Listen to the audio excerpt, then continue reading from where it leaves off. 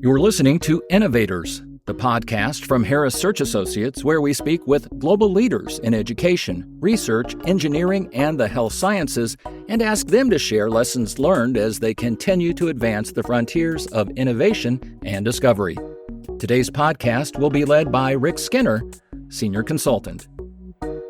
At age 14, Claire Pomeroy left an abusive home and for a time lived on her own.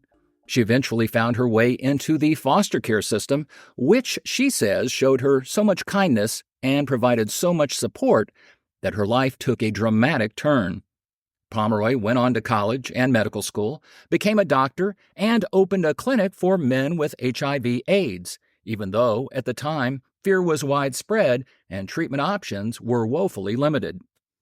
In a 2012 TED Talk at the University of California, Davis, Dr. Pomeroy faulted the American healthcare system for failing too many of its citizens, especially those who were not white, those who lacked resources, and those who struggled with chronic illness or addiction.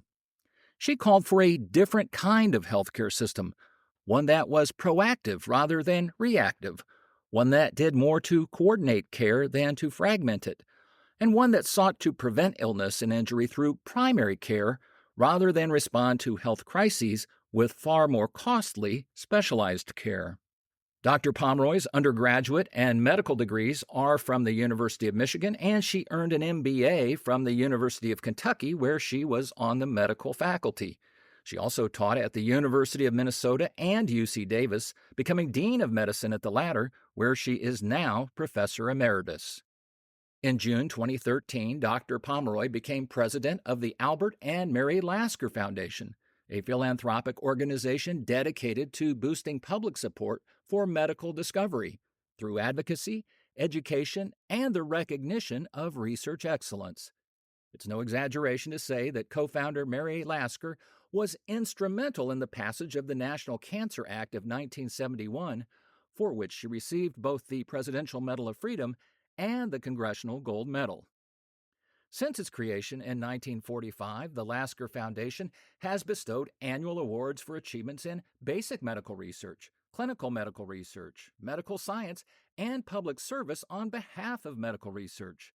The awards are intended to inspire other scientists and researchers to pursue inquiry that has the potential to improve lives. The recipients of these prestigious awards, known affectionately as Lasker Laureates, have worked in a wide range of medical fields and hailed from countries around the world. As president of the Lasker Foundation, Claire Pomeroy brought to and continues to provide scientific and medical knowledge, broad experience, strategic leadership, and a moral and ethical compass calibrated by the difficulties of her youth, by the kindness that altered the course of her life, and more recently, by her own personal battle against cancer. Innovators is pleased to welcome Dr. Claire Pomeroy, president of the Albert and Mary Lasker Foundation. Well, first of all, I want to welcome you to Innovators, Dr. Pomeroy. It's a pleasure to have you. Delighted to be with you. I want to start by asking about something that Richard Rhodes said in his book, The Building of the Atomic Bomb, and that was way back in '86. He said at the time that he was convinced that what physics were the scientific discovery in the 20th century, biology would be in the 21st century. And it seems to me, by any stretch of the imagination, that prediction seems to have been quite accurate.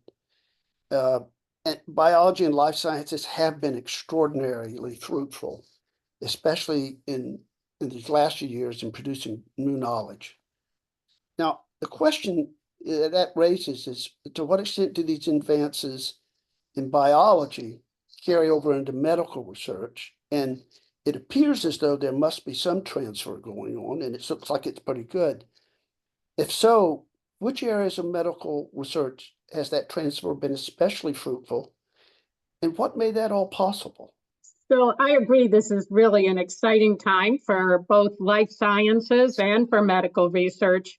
And that's really because it has unprecedented potential to create better health for all. The important point is that fundamental insights in biology form the foundation for translational and clinical research. There is no applied science without basic discovery research. And, that's why at the Lasker Foundation, we recognize and celebrate the full spectrum of research, from basic to clinical, as well as work that ensures that research insights benefit everyone. Trying to identify areas where advances in biology have most effectively led to medical research success. I mean, it's a bit like asking you to pick your favorite child.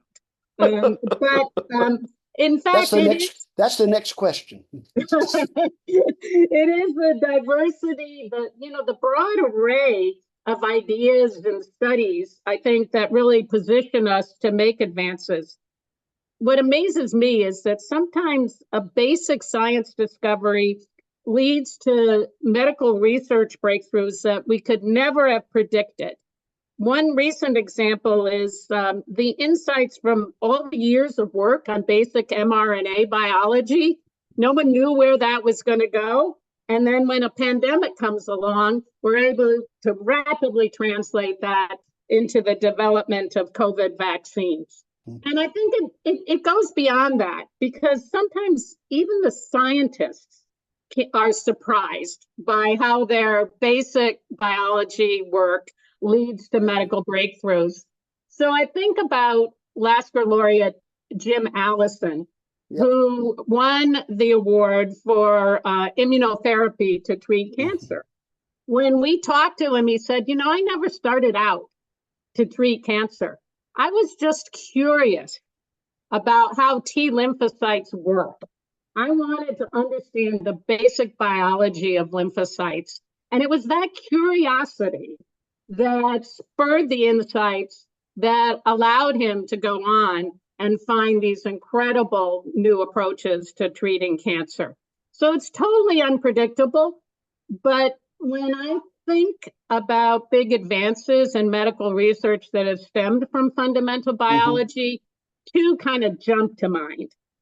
The first is vaccines.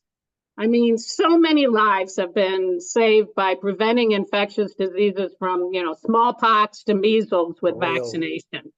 And of course, that was only possible because we deciphered the fundamental mechanisms of the microbes, and we learned about the immune responses produced in our bodies, as well as the fundamental science of vaccine production. A second example is cancer. Today, we have many treatments for cancer and many types of cancer. Prognosis has really changed dramatically. I think back to when I was a medical student, childhood leukemia had a horrible prognosis. It's now evolved to have survival rates of up to 90%. Exactly. And that's because we understood basic cancer biology, and then that means we can save kids. So it really is, I think, inspiring to think about the range of medical advances that have been spurred by fundamental research. I mean, from sanitation that stemmed from understanding germ theory, all the way up to the antiretroviral drugs that, as an AIDS doctor, I saw transform HIV from a universally fatal disease to a manageable infection. So I can't predict, but stay tuned. Well, I think you bring up 2 points there. That just first of all is when research is driven by pure curiosity. A brilliant mind and curiosity is a very potent sort of thing. And then the second one is the speed with which it accelerates, it seems like. You mentioned the retrovirus. For so long, AIDS was a death sentence. It was clearly a death sentence. But once we did the early breakthroughs, it just seemed to accelerate so rapidly. Now, we're still got a long way to go.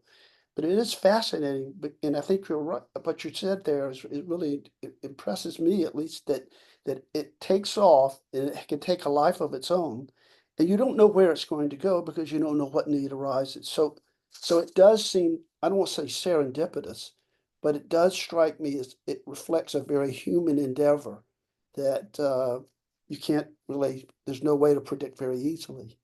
Well, that leads me, the Lasker Foundation gives away awards to people who make great breakthroughs. And you've been doing it since 1945. The Lasker Laureate Award is so prestigious now that it's used to handicap Nobel Prize winners. And I'd have to say, its track record is one that probably a lot of gamblers would like to have that kind of record. But if you look back over 80 years, that's almost 80 years now, do you see that what enables breakthroughs to come about? Do you see those changing the factors that cause those breakthroughs to come about, that lead to people doing things? Or has that process been more or less driven by the same set of factors that have always driven scientific discovery? So both. I think that many of the drivers, the predictors of scientific success, as evidenced by the work of our Lasker laureates that you referred to, many of those drivers are unchanging. I mean, as I talk to our honorees, I am so impressed with their thirst for understanding, their delight in the scientific process, their dedication to hard work, Yes. And their emphasis on the importance of working as part of a team that brings diverse perspectives together in a laboratory where everyone rallies around the cause of finding the answer. Mm-hmm. Many scientists are inspired by just the pure satisfaction of deciphering new knowledge. Others are motivated by a desire to alleviate illness and suffering. But there's always a driver, there's a motivation, and that is unchanged.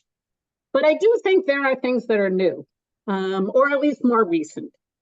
And I would first mention new tools. There are so many new tools today that have really transformed our ability to do science and accelerated the progress, as you mentioned. I mean, think about genetic sequencing. There you go. Think about artificial intelligence. These are tools that allow us to answer questions that we just couldn't explore before. Another change is the recent trend towards what we call convergence science, in which researchers from different fields, say life sciences and the physical sciences, or computer sciences and engineering, they come together to bring different perspectives, different disciplines to tackle challenges with a broader set of expertise.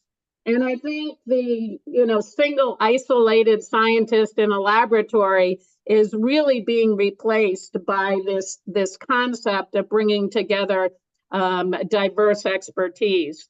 There is a much stronger emphasis now on team science and the recognition that collaboration can be key to addressing even more complex scientific questions. So I think there are unchanging fundamental drivers that lead to scientific success. But we have this opportunity right now because of new tools, new approaches, new openness to coming together that positions us to make truly unprecedented breakthroughs.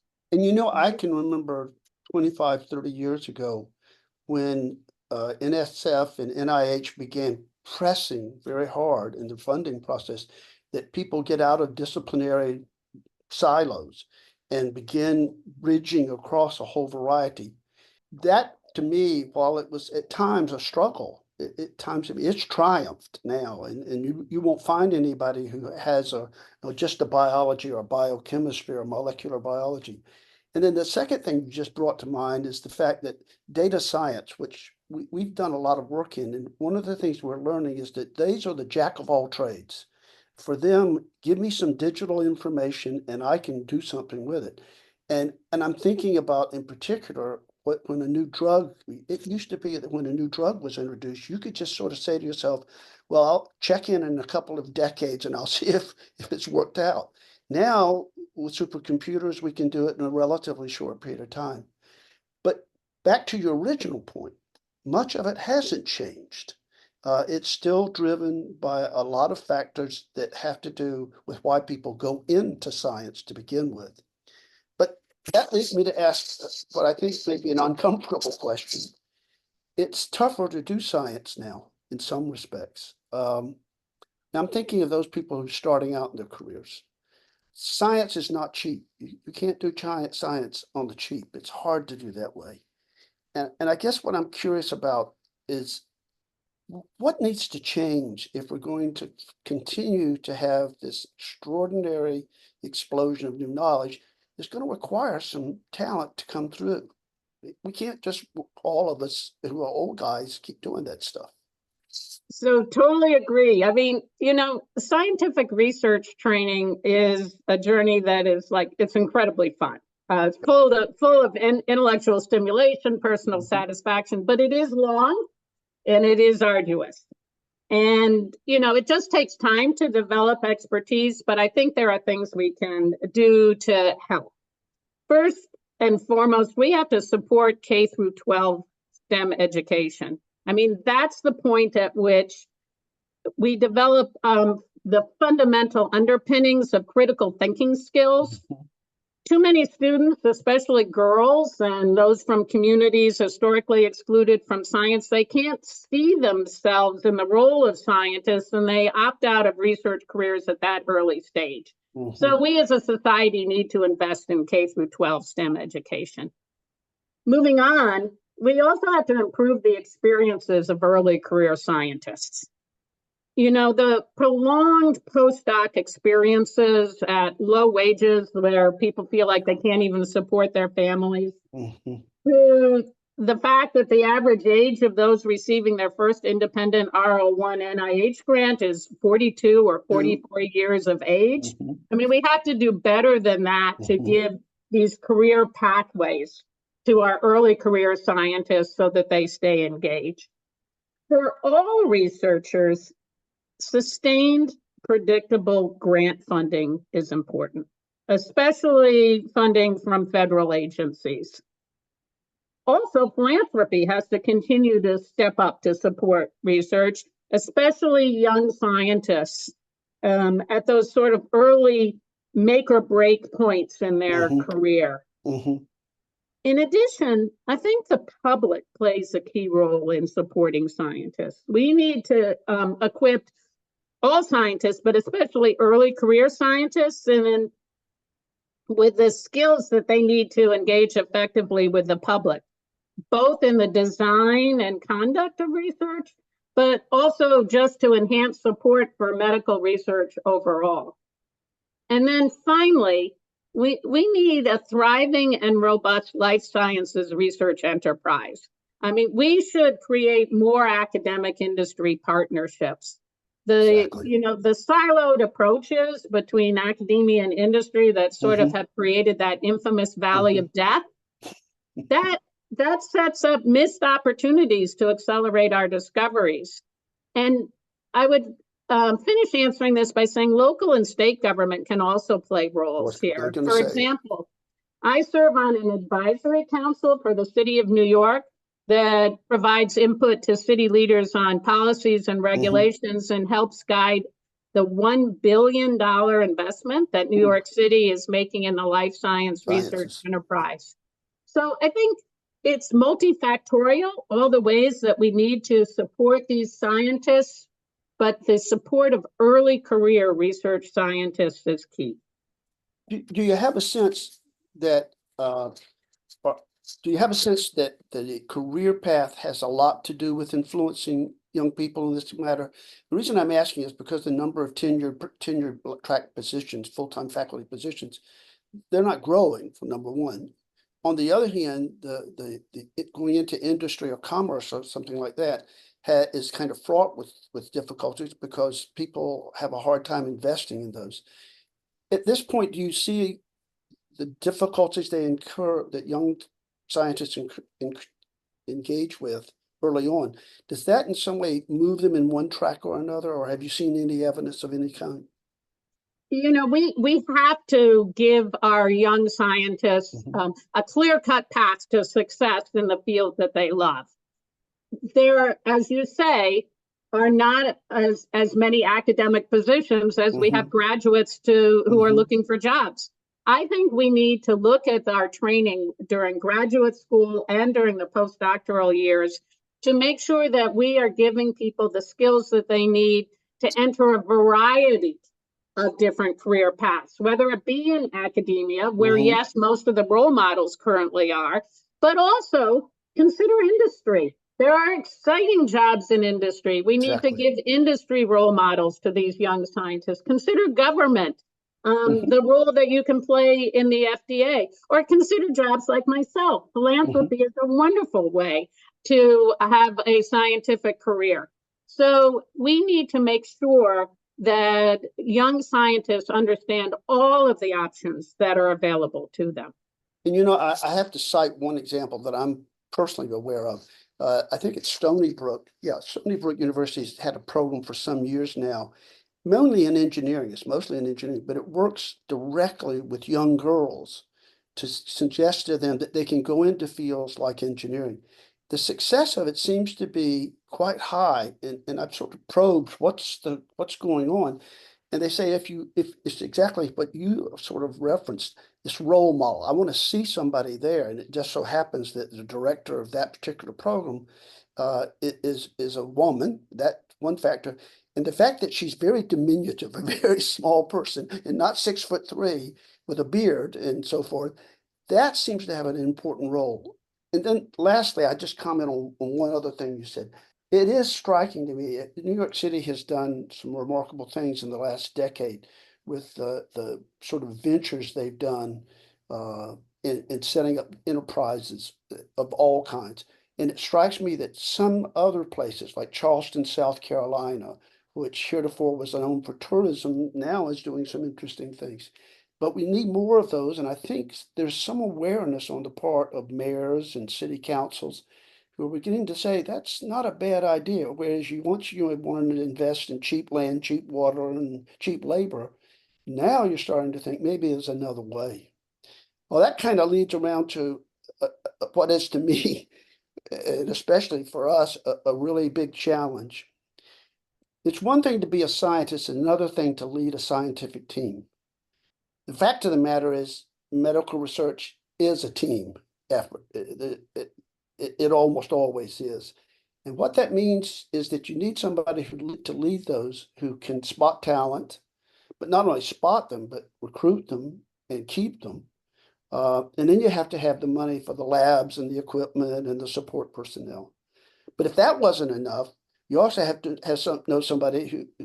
find somebody who knows enough about compliance requirements, whether it's human subjects or confidentiality. They've got to know that to some extent.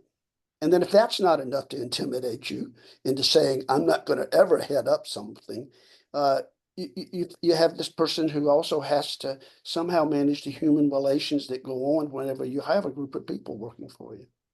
For somebody to do medical research nowadays, it takes a special kind of person. It's not the people who love to do research don't want to become administrators, and yet they're the ones who probably know the most about it.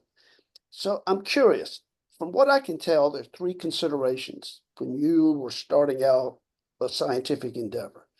Somebody has to have some experience in it, usually substantial, some real subject know-how. They've got to know their subject matter, whatever that might be. And then third, there's some attributes that are what I call the fuzzy part. You know, it's those interpersonal, they're all sorts of words. Now, the first two, experience and expertise, that's not easy to discern, but it's a lot easier to say, well, that person's been doing this at Salk for the last 15 years, so you know that, and they published in certain areas, so that's pretty easy. But it's that last fuzzy set that really becomes problematic, not just for a search firm, but for someone who's starting an enterprise. Where do you find those people? So that kind of leads me to ask, if you were out looking for somebody now to head up a fairly large scale scientific, biomedical effort, what are the things you'd look for beyond the experience and the expertise, the fuzzy factors? What would they be, and how would you assess them? I think the good news is that there's growing recognition that those fuzzy factors are really important.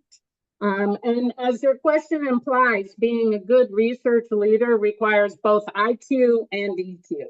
Yes. And EQ skills include the ability to assemble a diverse team, inspire them to commit to the mission, and provide the resources that they need for success. So from strategic planning to negotiation skills to conflict resolution, there are lots of leadership skills that you need to look for. So how do we go about, inculcating those skills? The nature versus nurture discussion of leadership acumen, it's a perfectly valid discussion. Yes.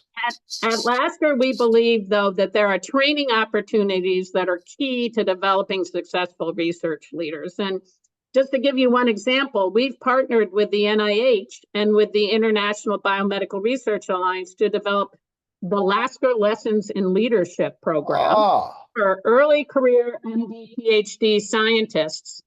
And in this program, successful researchers, we're back to the role models now, share their career paths and provide advice on everything from how to establish effective collaborations to how to protect your intellectual property. Another thing that is absolutely critical to successful leadership is communication skills. And, at Lasker, we prioritize this as an area as well. We strongly encourage universities, other philanthropists, government to join us in investing in training scientists with communication skills. It's just one example. We've partnered with Research America to do a landscape analysis of science communication training programs at universities and to develop an interactive database that facilitates the ability to find the training programs. And we're now supporting their microgrant program with the aim of encouraging the creation of innovative science communication and public engagement curricula. It is these skills, I think, that truly predict who will be a successful research leader and who can lead a successful research team. I have to make I want to make a request. Can I be a fly on the wall the next time you do the thing with the NIH? Because I would love to hear that. You just touched on something that strikes me. Does that mean that there's one type of biomedical science leader? You're not implying that, are you?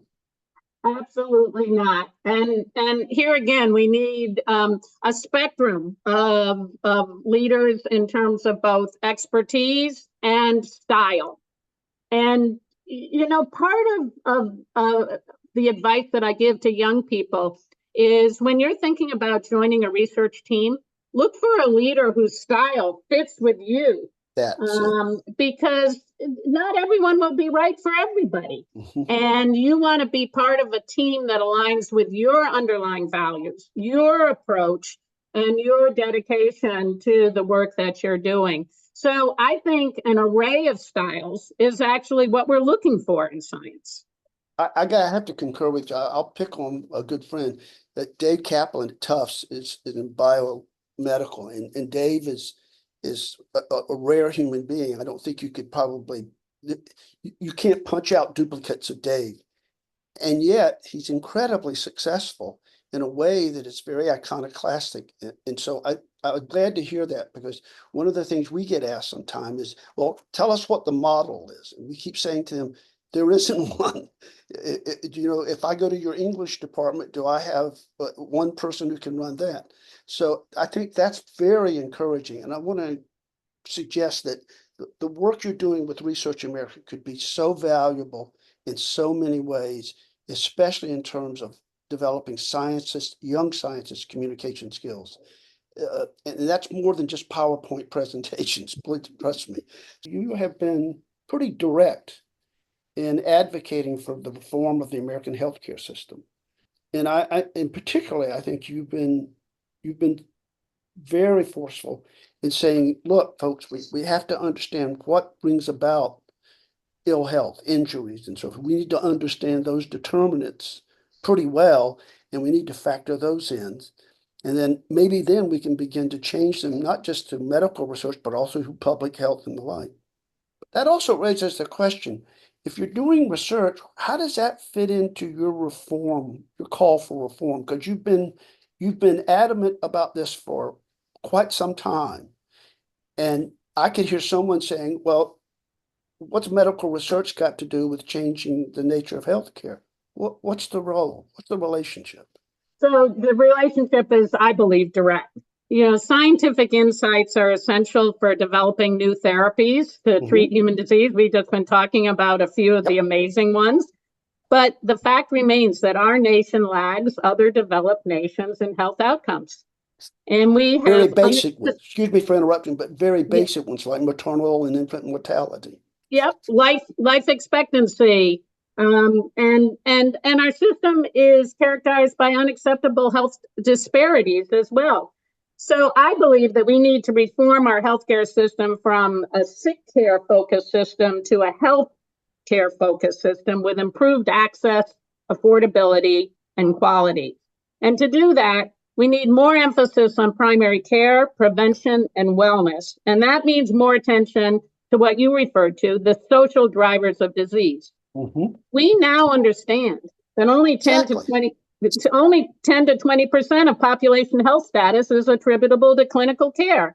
And indeed, social factors such as poverty, race, education, food access, nutrition, housing stability, and more, they are more powerful drivers of population health. And these upstream determinants of health need to be addressed with research.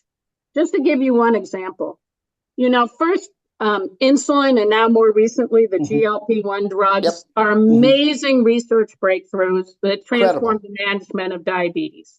But we need to better understand, we need to research the upstream interventions to prevent people from developing diabetes in the first place. Yeah, things like improving people's diets by eliminating food deserts in poor neighborhoods, or by urban design innovations to create more green spaces that encourage people to exercise. So we need fundamental and applied research about the social determinants themselves. More studies that address questions like, what are the most important upstream drivers? What are the most effective interventions to modify social determinants? How can personalized medicine allow us to tailor those interventions and more? Overall, we need to expand research about health outcomes, about health economics, about health disparities, and about health equity.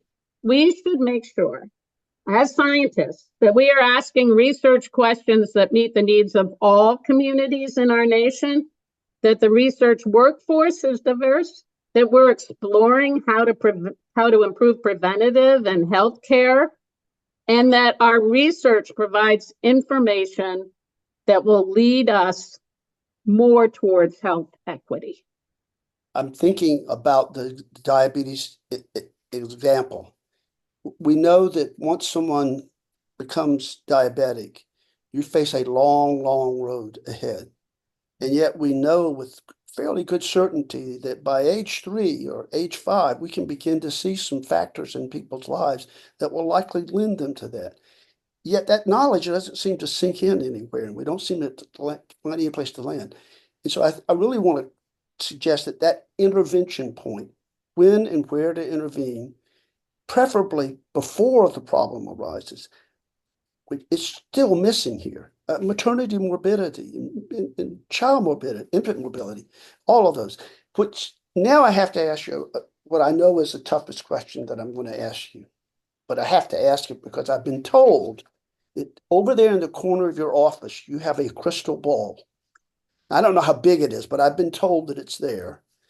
So I'm going to ask you, and I'm going to let you do this in any way you want to, but I want you to look out 10, 20, 50 years if you want. I want you to tell me where you think we will see the most significant breakthroughs in medical research that could, in fact, do exactly what you just described. my crystal ball is a little cloudy. It is, in fact, Oh, impossible to predict. That's what makes science so exciting. I mean, a lot of science is incremental and rightfully builds yes, on previous progress, but some of the yes. wow factor Hmm. in science comes when a completely new or unexpected finding emerges. So I do think there are some really interesting areas to watch. First, if you think about topics, aging. I think research about aging and approaches to extend the health span, not just the lifespan. I also think there are going to be important breakthroughs in research about health disparities and health Hmm. equity. One of the Hmm. ones I find most fascinating right now is studies of neural resilience. Rather Yes, than trying to find the problems, what is it that allows us as humans to be resilient to these pressures? Another area is mental health and psychiatric illness. We have to move beyond the current kind of black box approach to treating psychiatric illness, understand the basic biology of the brain, and develop hmm, better interventions. I'm particularly excited about some of the work that's being done on the human brain yes. machine interface. Hmm. And some of the recent things that have just come out about neural prostheses, allowing people with ALS to speak again just by thinking their thoughts. Exactly. I mean, this is so exciting.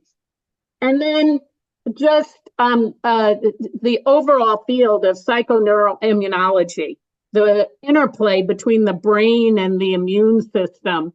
We have so much to learn there.